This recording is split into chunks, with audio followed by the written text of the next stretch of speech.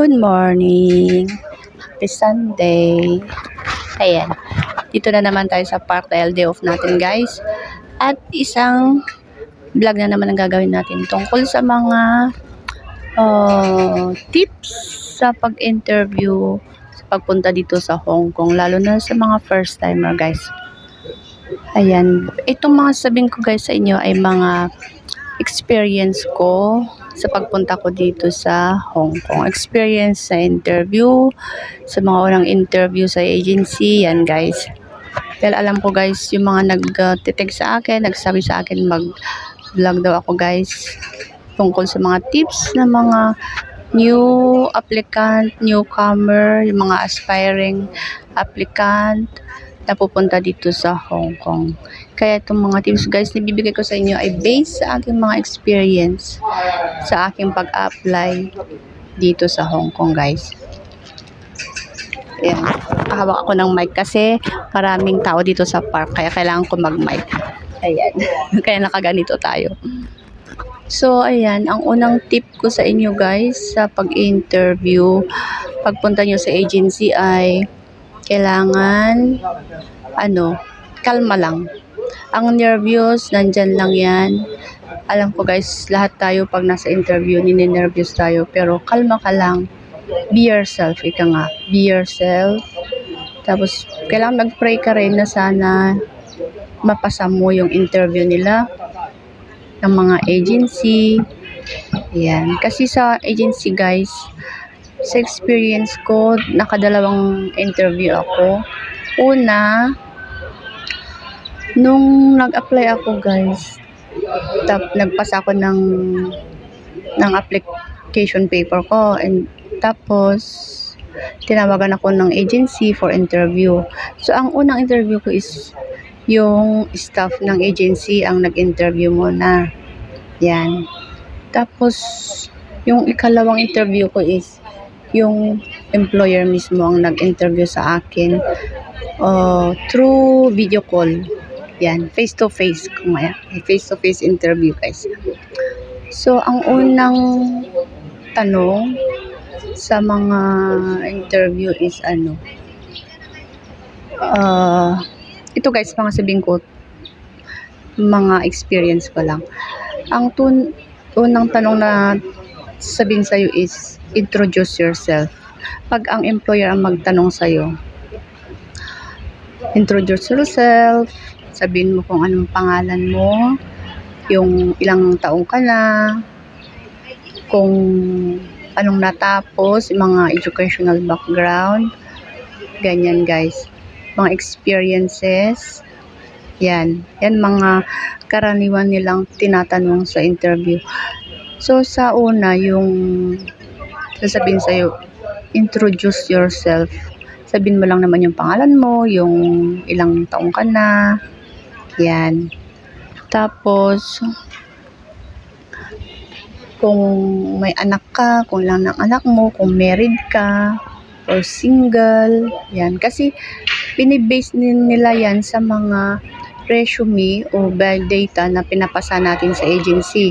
Kaya dyan nagbe-base yung mga employer din sa mga tatanong sa'yo, guys. So, yung sabihin sa'yo ng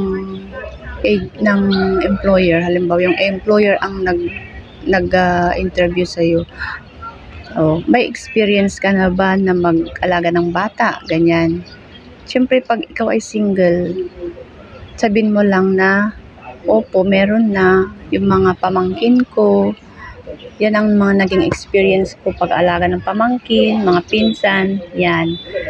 Pag married ka naman, tatanungin ka, may mga experience ka rin ba na nag-alaga ng newborn, o mga maliliit na bata from newborn to 5 years old, ganyan. Siyempre, sabihin natin meron mga sarili nating anak ang inalaga natin, di ba po? Yan. Tapos, ano pa ba?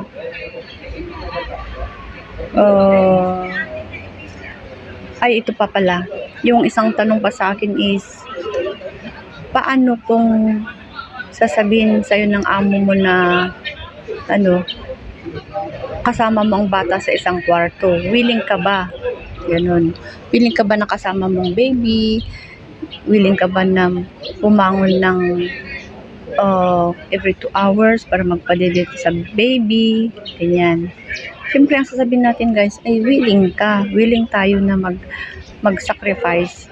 Pumangon ng every 2 hours, magpadede ng bata, ng alaga natin. Ganyan. Tapos sabihin natin, diba, willing to learn tayo na matuto sa mga bagay na gusto nilang ipatupad, yung mga rules nila na gusto nilang ipatupad sa kanilang bahay. Dahil pupunta tayo dito sa abroad para magtrabaho. Kaya ang sabihin natin ay puro, oo, gusto kong matuto. Yan. Tapos, ano pa ba? Yan, sabihin sa'yo kung marunong kang, kung hindi naman baby ang ibibigay sa'yo na alaga mo is matanda. Yung mga elderlies, ayan, marunong ka bang mag-alaga ng matatanda? Ayan, marunong ka bang maglagay ng mga diaper nila? Halimbawa, yung elderly na alagaan mo is bedridden, marunong ka bang maglagay ng kanilang diaper? Ganyan.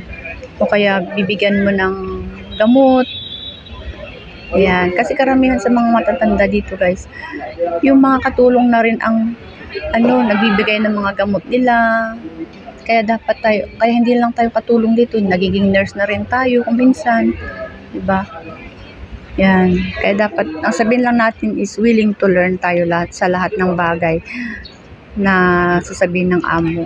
Kasi magpupunta tayo dito para magtrabaho. At saka, ano pa ba? Ayan, sabihin sa'yo ng employer niyan, hindi ka ba mahuhumsik kaya pagpunta mo dito, hindi ka kaya uuwi agad? Kung ikaw ay na-homesick, hindi ka kaya uuwi agad sa pamilya mo o sa Pilipinas, ganyan. Siyempre, ang sabihin natin dyan guys ay, bago tayo nag-apply, ay nag-isip-isip muna tayo para hindi tayo ma-homesick. Nag-isip tayo na tayo pupunta dito para magtrabaho para sa mga future ng ating pamilya, ng ating mga anak. Kaya, sabihin natin, magtitiis tayo sa mga homesick, mag-a-adjust, o kaya makihalubilo tayo sa mga kababayan natin, sa mga friends natin pag tayo nag-day off, para at least maibsan natin yung mga kalungkutan, mga homesick natin sa pamilya natin. Ayan. Tapos, ano pa ba? Yan lang naman ang mga alam ko na tinanong sa akin guys nung ako'y na-apply. Ayan. So, ayan, mag-recap tayo. Ang una is, magsasabi ka tungkol sa iyong sarili.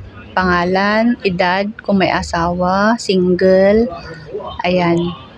Kung anong natapos, ganyan, at saka mga experiences pala guys. Sabihin natin doon, pag tinanong ka ng mga experiences mo guys, sabihin mo may experience ka, halimbawa sa pag-aalaga ng bata, ayan. Ayan, mga experience pag-aalaga ng bata, mga matatanda. Kasi importante sa kanila kung may experience ka kahit sa pag-alaga ng simple lang mga bata, yan. Kasi karamihan dito is newborn babies o kaya mga, ano bang tawag doon? Mga nag-aral ng kinder. Yan. Kasi dito guys, kahit 1 year old pa lang yan, dinadala na yan sa playgroup. Ibig sabihin yung naglalaro doon sa mga kasamang babies, ayan. Kaya dapat sasabihin natin na marunong tayo. Kahit wala tayong experience, sabihin natin meron. At dito ka na lang matututo ng mga bagay-bagay tungkol sa mga bata, sa mga tatanda. Yan. Kasi kung sasabihin natin wala tayong experience, parang malabo na ma-hire tayo agad. Kaya, think positive lang tayo. Meron lahat tayo. Sabihin natin ay puro yes. Diba? Matutunan lahat ang mga bagay-bagay. So, yan lang guys ang alam ko na mga tips at sana nagustuhan nyo at may natutunan kayo sa mga tips na aking binigay tungkol sa mga pag-i-interview ng mga employer, mga staff sa isang agency. Ayan, itong mga sinabi ko ay mga experience ko rin nung unang nag-a-apply ako dito sa Hong Kong. Interview sa Pinas yan, guys. Ayan. Sa susunod na vlog natin, ang mga tips na bigay ko naman ay para sa medical. Ayan, sa medical naman tayo. So, yan lang, guys. At sana nagustuhan nyo, guys. At sa mga hindi pa nag-subscribe dyan, guys, please subscribe, like, and share. Comment below, guys, kung ano pang gusto nyong i-share ko sa inyo, guys. Ayan. Makati ang ilong ko. Ayan. And then, click the notification bell para ma-update kayo kung may mga bago tayong upload. Yan lang, guys. Thank you for watching. Bye-bye.